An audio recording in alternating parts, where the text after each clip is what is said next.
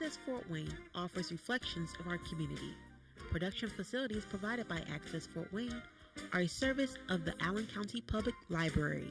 The views and opinions expressed do not necessarily represent those of Access Fort Wayne, the Allen County Public Library, or any other supporting organizations. For more information about creating your own television program with Access Fort Wayne, call 421-1250.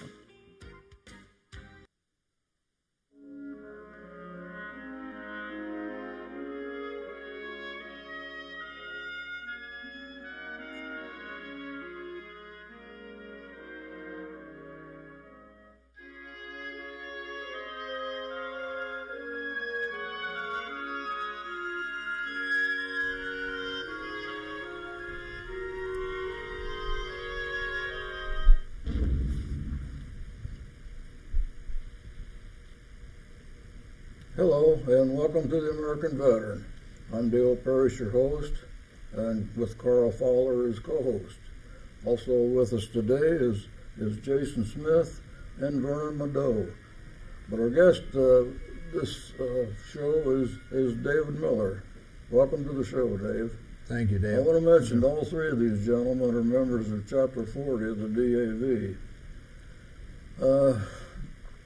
Dave, when did you go into service? I went into service on March the 5th of 1968, right behind the Tet Offensive on the big build-up. And I had 2 months training at Fort Knox,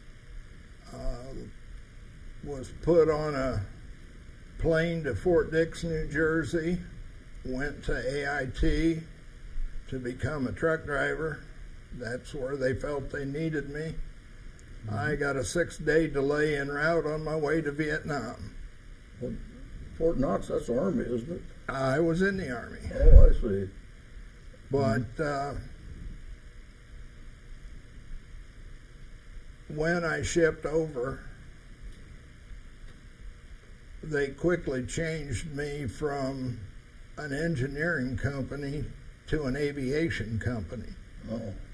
And ended up driving for the 12th Combat Aviation Headquarters Company and eventually the group commander. And didn't matter if we were in the car, I was driving. If he had an event to be at, I was there to protect him. I was there to make sure that his hooch was set up with everything he needed and his uniforms weren't frayed. And I flew door gunner when we went out. That was probably pretty interesting, wasn't it? It led to me seeing the war on both sides. Yeah. You got to see it on the ground and the air both, didn't you? Basically, when you was driver, like you say, some would equate that with being a chauffeur, but like you say, you was actually a bodyguard also. It was, there isn't any real title because I did whatever he needed done. Sure. I went and picked up the night's firefights and aircraft down and brought that paper back to the mess hall, left that for him. I then took that paper over and I mounted it on the map. So when he came from breakfast, he could look at the map and decide where we were going to investigate or to help get somebody out of trouble. Okay, now was you stationed at an air base then, being as you was tied to aviation? No, it's probably the one remnant of the Army Air Corps. Mm-hmm. The best known for that right now would be the 1st Cav. Sure. And they were farther up north. We did 3 and 4 Corps, and we were stationed at a base camp called Plantation, which was Sure. about 15 miles from Benoit Air Base and about 25 miles from Saigon. Sure. Okay, well, you was up there where lots was happening then.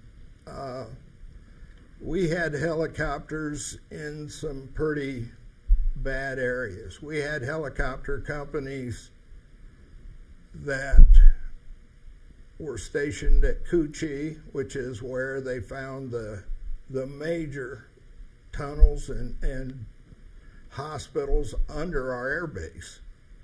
Oh, Our station there. We had companies at Tainan, at Zeon, which was a hunter-killer team. That was that little loach, which looked like a tadpole that'd go and fly treetop high, trying to draw fire for the Cobras to come down. And So you had Cobras and what, Hueys?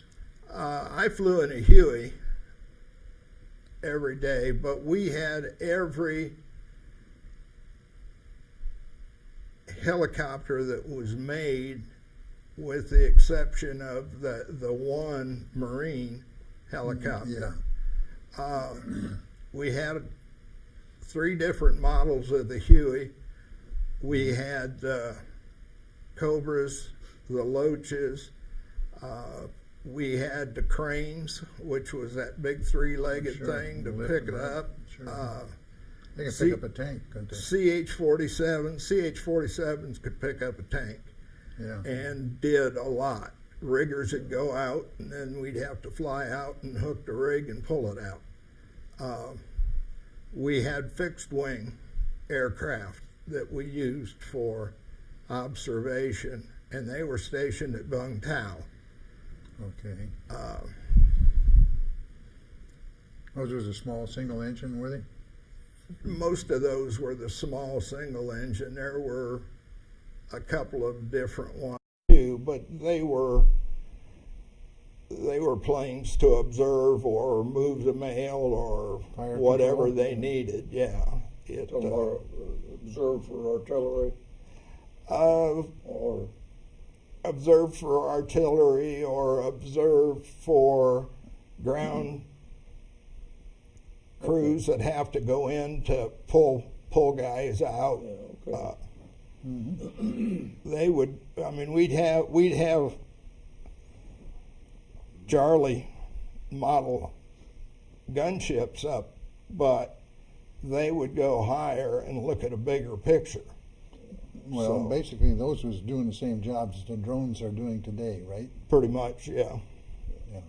You said you went to investigate what maybe a previous conflict or Sometimes when we'd lose a ship, we'd want to find out why, what happened,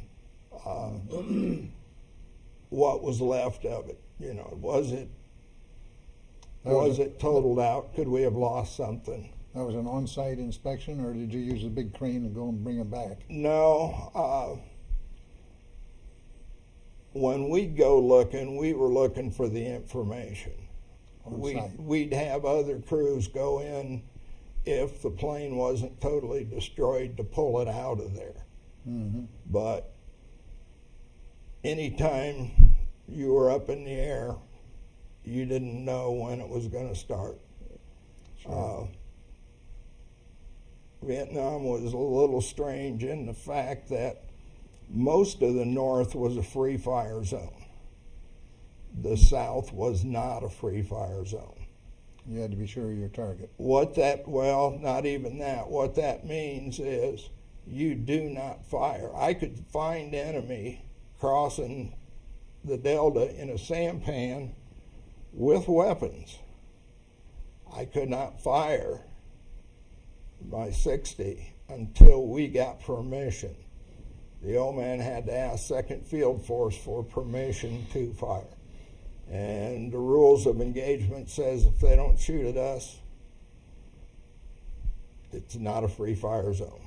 That was detrimental to your mission, I would think. A lot of times we had to go find them at night after they Come across. come across and got Sure. set up. And you said fire the 60s. That's 60 caliber you're talking about? M60 machine M60 gun. machine gun set on the side of the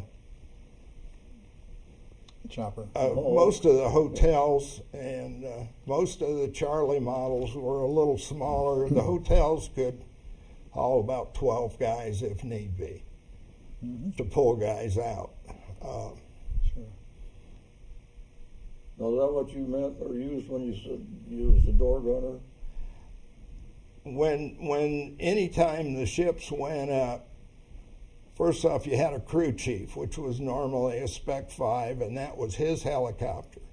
He was responsible to check it every day to make sure all the maintenance was pulled.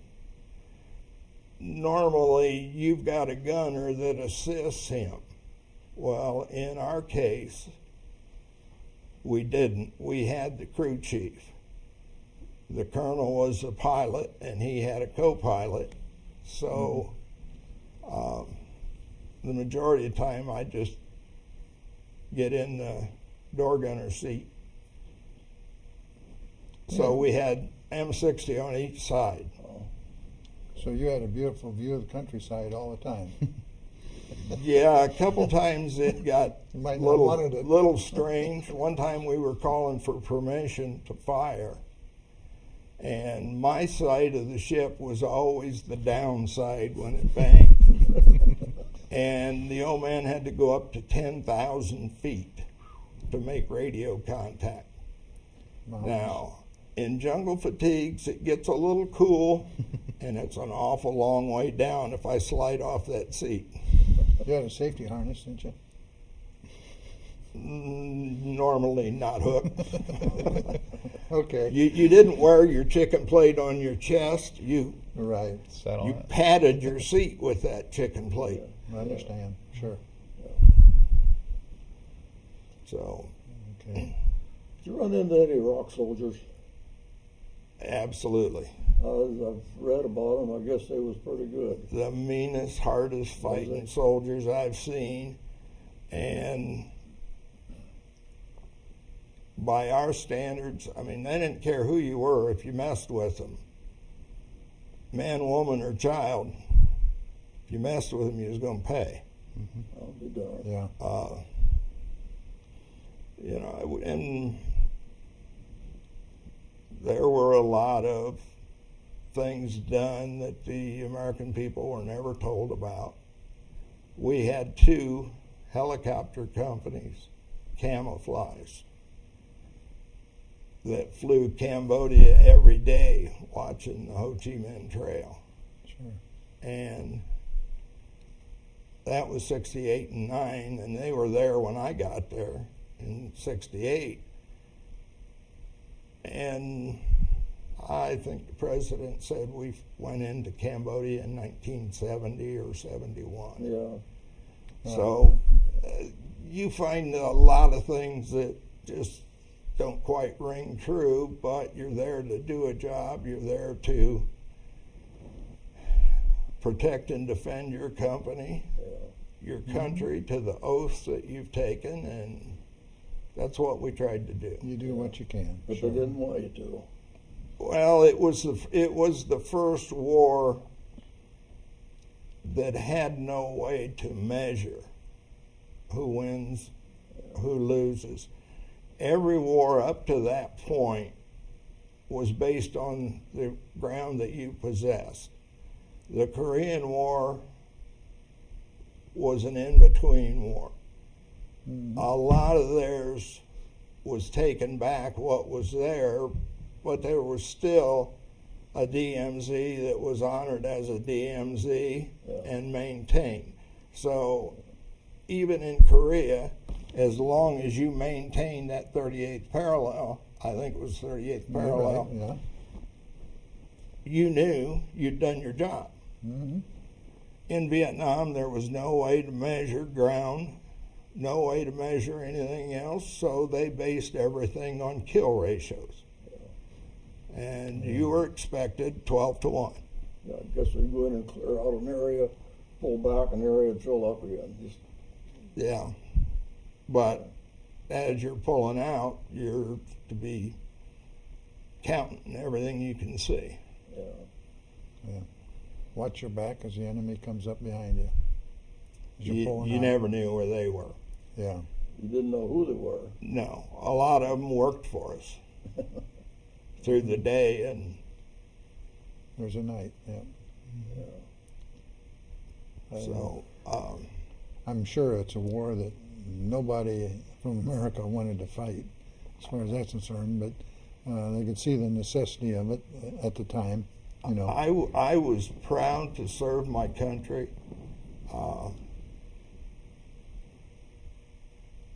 I had a lot of benefits that predecessors, like my friend Vernon, protected to give me a better life. Sure. And I went in there with my draft notice at a very inopportune time. I got my layoff notice from work and went home, got my mail, and had my draft notice in there. So it wasn't a real good day. Yeah. But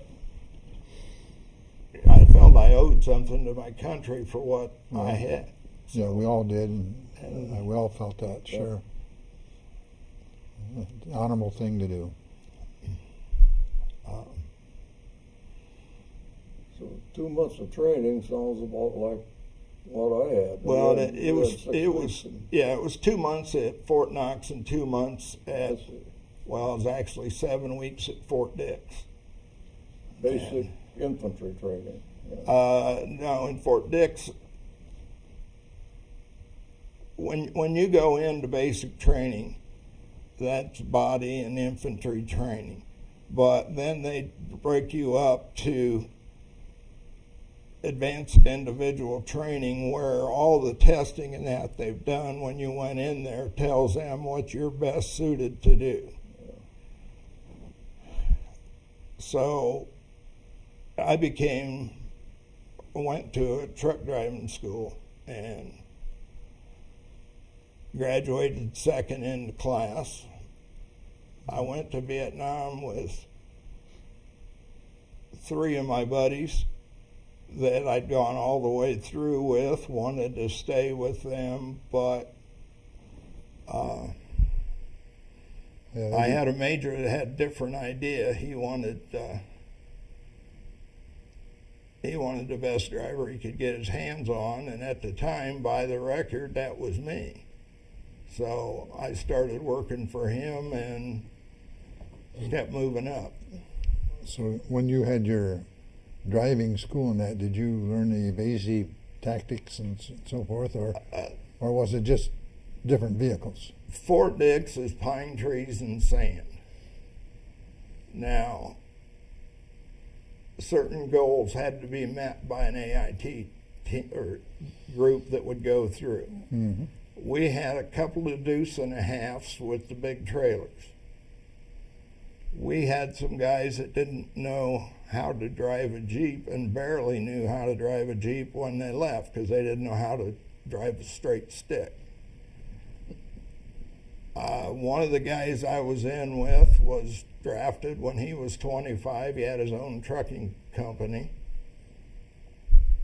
Obviously, he beat me out on the class, but I had driven trucks from the age of 9 on the farm, so to keep us in good stead, he and I would always get the big truck and the big trailer to get it through the pine trees and to learn how to winch it up, and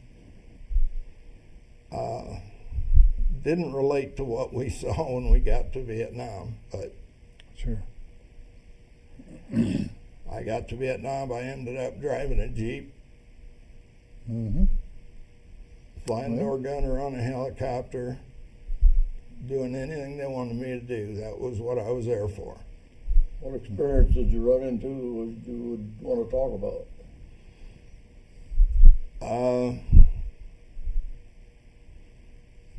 Saw some pretty bad things.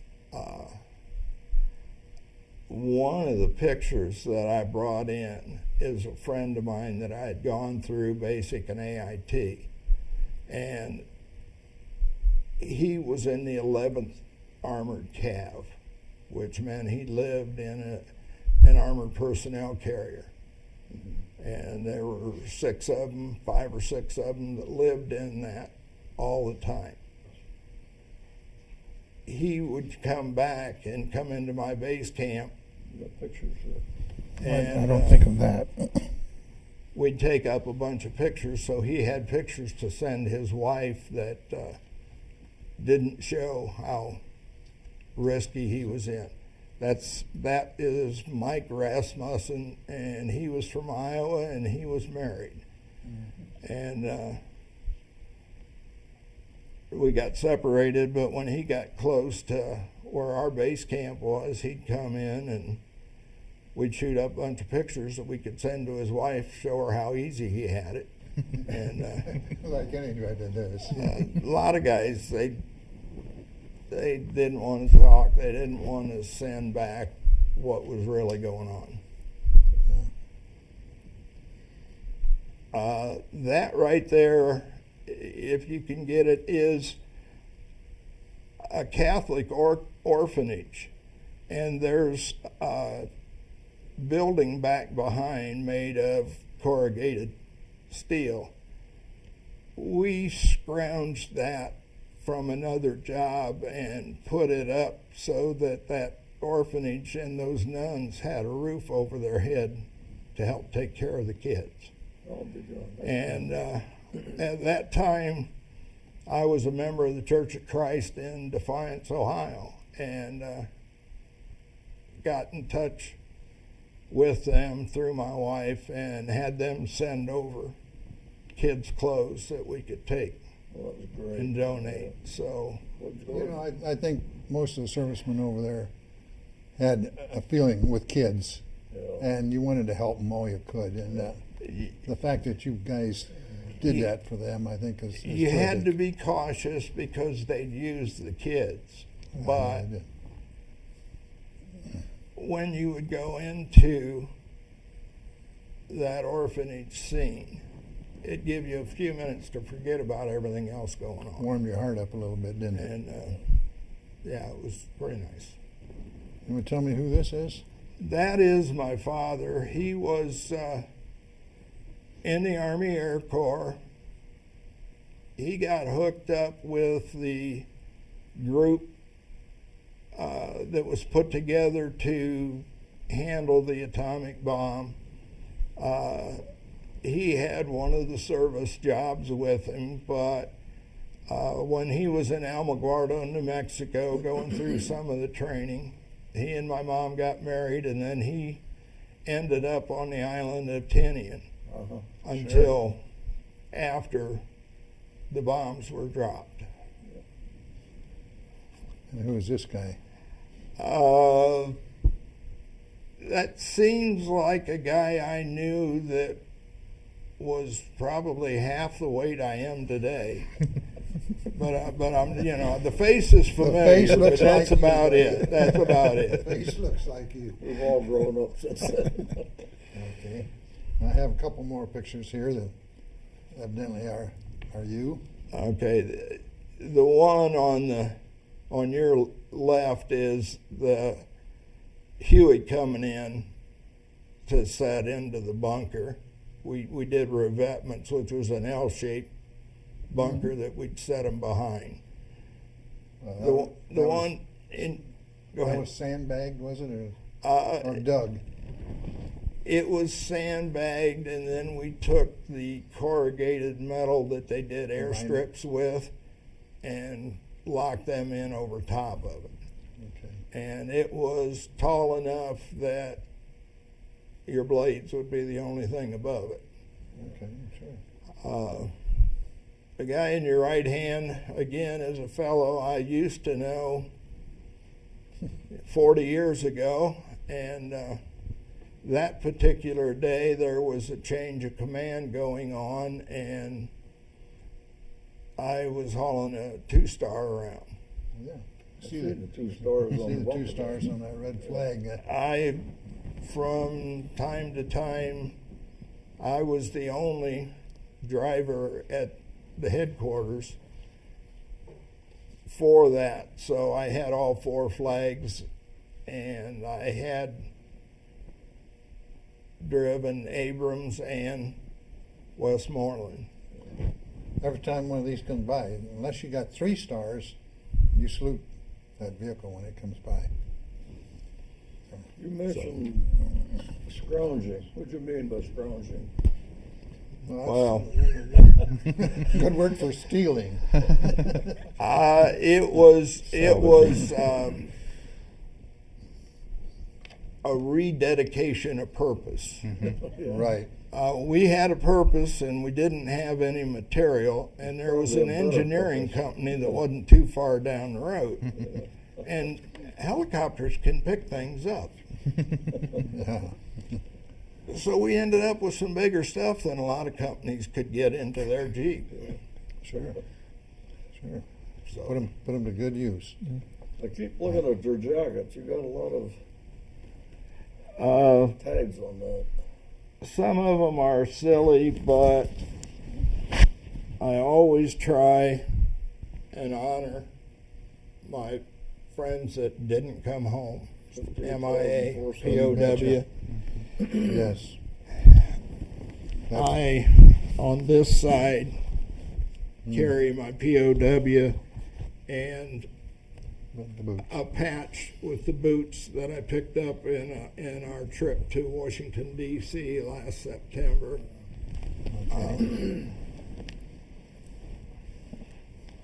It's not as taboo to talk about what we did as it was 20 years ago, 40 years ago. You didn't dare. First thing you want to do was get out of your uniform and try not to let anybody know where you'd been or what you'd done. Right. And I have a vest that I would normally wear in the summer that is totally dedicated to the POWs, MIAs, and I forgot to bring it this morning, but this coat felt pretty good when I was coming in, so I've got most of those badges on here. You know, most of us that served, we owe a debt to those that gave the ultimate sacrifice. You know, we went, we came back. They didn't come back, and they did us all a big favor, and we can't never forget that. We honor them every opportunity we get. And we try to. And I've joined a lot of veterans organizations, and the one that I truly enjoy is the DAV. It's a growing bunch, but all year long we try and come up with ideas to make money, and 100% of everything we take in goes to benefit needy veterans or get them something that they just can't afford to have. Yes, there's a lot of them out there that are needy. So there is no money going to support a building. There's no money going to support anything other than our veterans and their families. You have your Sure. meetings out at the VA hospital first Saturday. The first Saturday of every month at noon, and we're always done by 2:00. And like I said, the thing that amazed me when I joined was how hard everybody works and how much they agree on, mostly on the veterans to help.